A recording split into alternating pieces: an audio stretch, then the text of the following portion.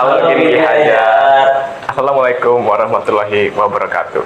Salam sejahtera bagi kita semua. Shalom, Om Swastiastu, Namo Buddhaya, Salam Kebajikan. Perkenalkan, nama saya Len Fagem Denerius dari kelas 11 Desain Permodelan Informasi Bangunan 1, dan di sebelah kanan saya. Perkenalkan, nama saya Roy Nurfauji Saputra dari kelas 11 Desain Permodelan Informasi Bangunan 1. Di sebelah kiri saya. Perkenalkan, nama saya Firzadi Tinovandi, kelas 11 Desain Permodelan Informasi Bangunan 1. Kami dari SMK Negeri 2 Samarinda dengan kode tim Kaltim titik 04 titik 00023. Terima kasih. Akhir-akhir ini kenapa terasa panas banget ya cuacanya? Iya nih, aku rasa juga segera cuma di pagi hari. Siang sampai sore nggak tahan rasanya lama-lama di kamar tanpa AC. Iya, apalagi kalau di kamar atau di kelas nggak ada AC sama kipas sama sekali. Pasti panas banget rasanya. Kira-kira kenapa ya? Apa karena musim kemarau? Atau karena global warming yang semakin nyata kita rasakan? Kayaknya sih Ren gara-gara musim kemarau. Tapi kalau karena musim kemarau, kenapa sudah nyata kita rasakan beberapa tahun belakangan ini secara berkelanjutan? Iya juga ya. Ya sudah, aku cari jawabannya di internet aja. Kenapa akhir-akhir ini terasa panas? Melansir dari situs resmi Perserikatan Bangsa-Bangsa Indonesia bahwa penyebab utama dari naiknya suhu permukaan global adalah emisi gas rumah kaca yang menyelimuti bumi. Seperti contoh, pembakaran fosil, produksi energi listrik dan panas, produksi manufaktur barang, dan penggunaan transportasi. Penyebab lain dari kenaikan suhu permukaan bumi juga ditambahkan dari sektor bangunan. Dilansir dari situs rumah.com, dijelaskan oleh Ketua Green Council Indonesia Iwan Prianto, menjelaskan bahwa sektor bangunan residensial menyumbang 39% dari total emisi karbon yang dihasilkan. Hal ini ditegaskan juga oleh blog resmi Gramedia, menjelaskan bahwa pengolahan limbah rumah tangga secara sembarangan dapat merusak lingkungan dan menimbulkan banjir. Akibatnya, Indonesia berkomitmen dan bergerak optimal untuk mencapai misi net zero emission hingga tahun 2050 yang juga disetujui oleh 195 negara lainnya dalam perjanjian bernama Paris Agreement 2015. Menurut Kementerian Keuangan Republik Indonesia, dilansir dari djkn.kemenq.go.id. Oh, pemanasan global akibat emisi karbon. Iya juga ya, sektor bangunan ternyata juga penyumbang emisi karbon. Apa yang kita bisa buat untuk mengurangi emisi karbon? Pakai panel surya aja, karena panasnya bisa dimanfaatin. Kalau aku sih Len, itu kurang efisien. Kenapa kita nggak mulai dari limbah rumah tangga? Kan limbah rumah tangga kita bisa daur ulang. Kenapa manfaatin panel surya aja? Cuma dari sumber daya energi matahari aja. Padahal kan ada juga sumber daya energi alam lainnya seperti air, udara, tanah juga bisa. Kan tidak berbahaya bagi lingkungan. Udara bisa tuh sebagai pendingin alami. Air. Ya, yang alami itu pasti air hujan. Kan kita bisa manfaatin sebagai penyiram tanaman. Kalau tanah, bisa tuh kita manfaatin jadi media tanam.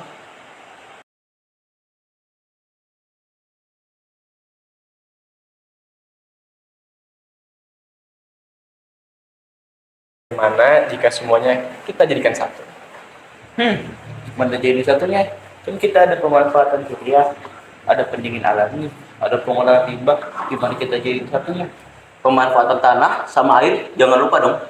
Iya, nantinya kita satukan semuanya. Satunya gimana? Nanti kita satukan dan terapkan di sebuah rumah. Rumah ramah lingkungan dong. Iya, rumah ramah lingkungan yang bertipe 36 dengan luas tanah 72, agar semuanya dapat diterapkan di rumah orang-orang juga lainnya nanti. Yuk kita buat. Yuk, yuk.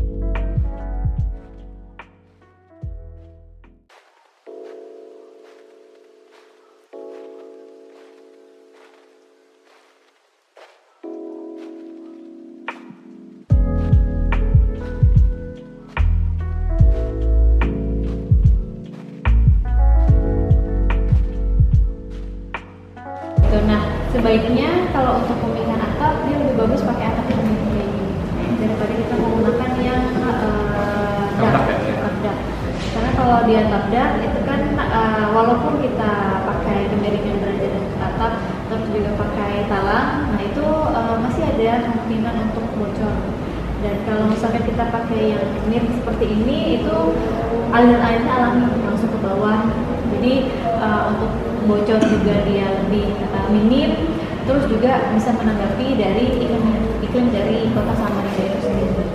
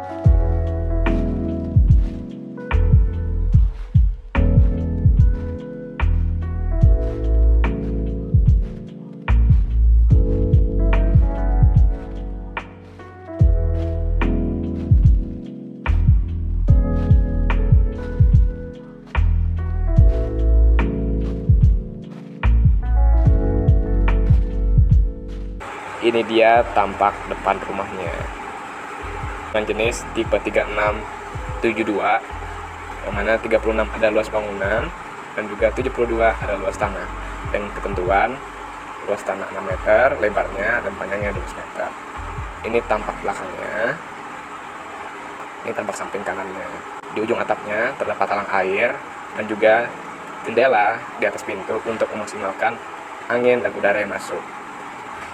Di carport dipasang grass paving block untuk menyerap air dan juga tidak dapat menyebabkan banjir. Di depan rumahnya terdapat bak sampah yang dikategorikan berdasarkan jenis sampahnya. Di depan rumah terdapat tanaman hidroponik juga vertikal. Di bawahnya terdapat instalasi pengolahan air limbah, yang mana terdapat 3 kubus.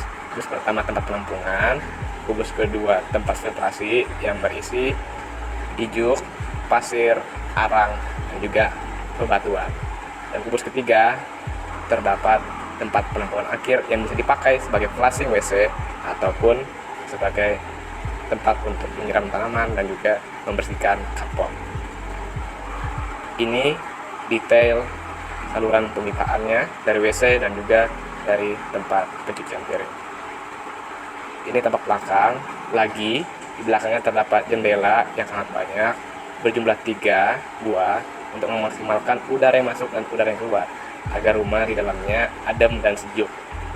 Tanpa perlu lagi pendingin tambahan seperti kipas ataupun AC. Juga memaksimalkan cahaya masuk sehingga di dalam rumah tidak gelap. Belakangnya terdapat tandon dengan volume 1200 liter dan juga septic tank biofil untuk mengurai tinja dan juga mempercepat pengolahan tinja padat untuk diurai kembali. Di atasnya terdapat panel surya sepaket 2 buah yang masing-masing buah memiliki watt peak sebesar 400 yang dapat mengurangi emisi karbon dan juga memaksimalkan penggunaan energi alternatif.